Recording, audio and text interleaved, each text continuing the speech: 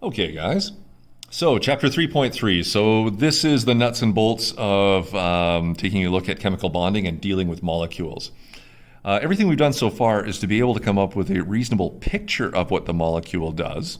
But to understand what the actual dimensions and shape of the molecule are, we have to take a look at a English-Canadian kind of invention by Dr. Robert Gillespie, known as a VSEPR theory.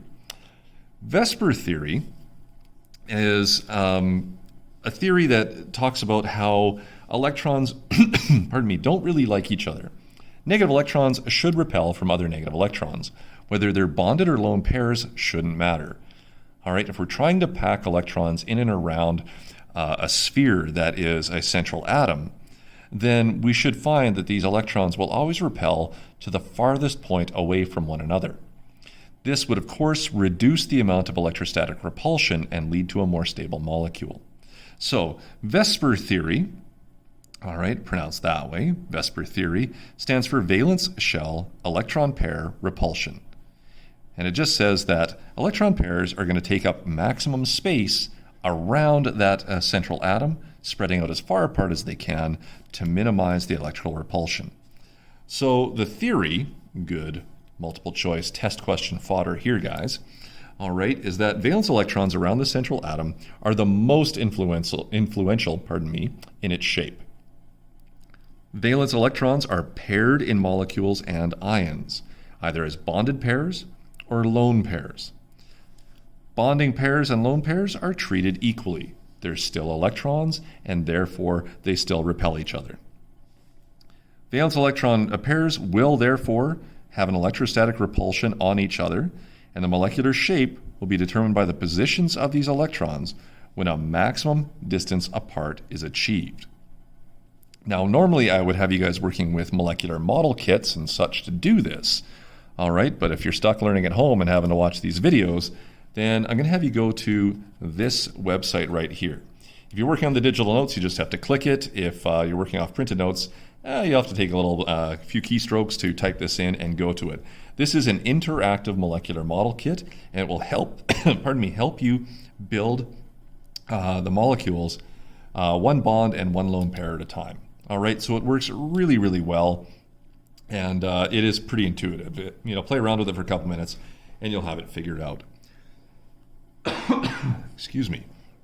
Okay, so VSEPR theory is going to take those predictions that we had, the examples that we did on the previous section, where we were just trying to package things in around the central molecule, and make an estimation on the molecular shape based upon those repulsions. Okay, so there is a bunch of information on pages 92 to 94 in your text that's going to take you through this in detail.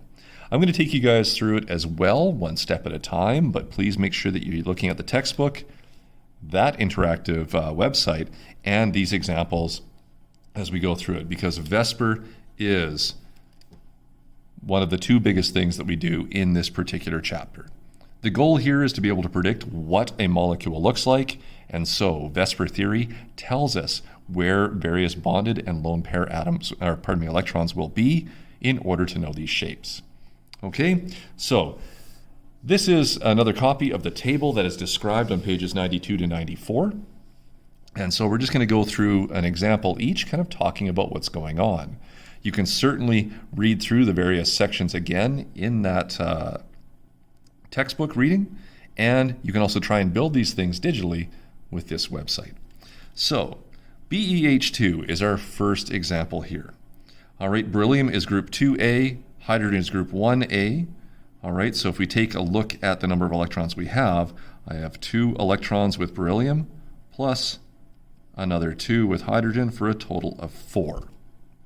Beryllium has a bonding capacity of 2, so it must be central.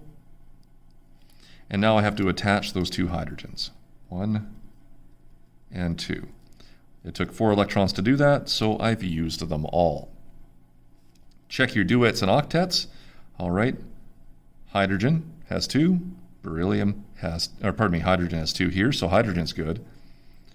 Beryllium, all right, should have an octet being group 2, but there's no more electrons to put in, and you might notice there's no other ones that I can share. So when this happens, this must be an exception to the octet rule, and beryllium is a common exception to the rule. So beryllium hydride would be something like this. Now what I do is I go count my bond pairs and lone pairs. This is one of the important parts of VSEPR theory. So I can see 2 bond pairs on that central atom. I don't see any lone pairs on the central atom, so I have 2 total pairs. Looking at the number of pairs that I've got is going to help me with some of the other sections that I've got. So, in a situation when I only have 2 bond pairs and no lone pairs, where could these guys go, and how far apart could they separate in order to have the maximum distance between them? All right, here you're at 90 degrees. Think about it this way. What degree of separation could you have around that sphere, which is beryllium, with just 2 things being attached? It should make sense to us that the farthest apart that you can get would be 180 degrees, or the opposite side. So the electron pair arrangement is a linear straight line. The dots would be separated out to the opposite sides. You can try it on that website and you'll see what it does. Try and push them together and they will separate and spread apart until they're on opposite sides of beryllium. So the geometry then, when I take a look at where the atoms are, because it's only 2 bonded pairs, all right, then the atoms would also be on opposite sides. So the geometry is also linear. Okay, the electrons are spread out 180 degrees. The atoms that they're attached to also spread out 180 degrees. Okay, so this gives us a stereochemical formula in which beryllium would be in the center and bonded to a hydrogen on opposite side. I'm just going to add in this degree here. This is just for help. We wouldn't show this in any sort of test question, but you can see that these guys are separated out 180 degrees. And I bring this up simply because when we're trying to figure out the formula and the 3-dimensional shape of some of these molecules, remember, the whole idea is that with VSEPR, things will spread out until they're as far apart as possible around that central atom. So let's try another one. Here we have boron trihydride. Boron is in group 3A, so it has 3 electrons, plus hydrogen, which has 1, times 3 of them that I see there, gives me a total of 6 electrons. All right, boron, being the highest bonding capacity of 3, should be in the center. And then I have to attach those hydrogens. So there's 1, there's 2, and there's 3. I've used all 6 to do this, and so I have no electrons left. So I check, duet, duet, duet, it is good. No octet for boron. But again, I've used up all my electrons, so I have no more to put in, and hydrogen has no other ones or no lone pairs that can be shared, and so we see another exception to the octet rule for boron. All right, boron usually exists with a hextet, as we mentioned in the previous one. So now assess the central atom. I see 1, 2, 3 bonded pairs. I see no lone pairs for a total of 3 total pairs around this one. Okay, so what would be the best possible shape that you could get as we try and take this 360 degrees and divide it by 3 pairs of electrons? All right, do the little mental math, and I think we get 120 degrees for each one, which would lead to something that is a little bit more triangular.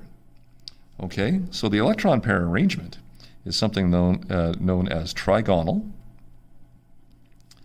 But this would also be a flat triangle, and so we call it planar. Because all of these are bonded pairs, they would take the atoms with them, and so the atoms would exist in the exact same shape.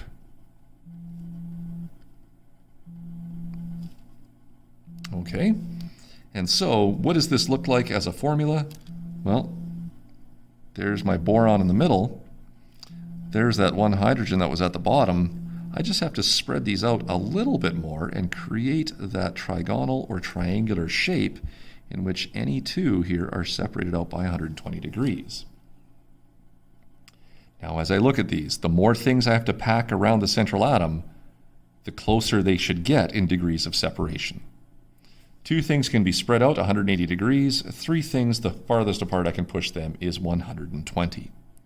Again, try that with this little website right here, and you'll be able to see that quite easily. Okay, 3 bonded pairs and no lone pairs will always produce that particular set of shapes. I'm going to get to the other ones in the next video. I try not to keep these any longer than 10 minutes, so we'll see if we can get through the remainder of the table in the next video of chapter 3.3. See you guys there.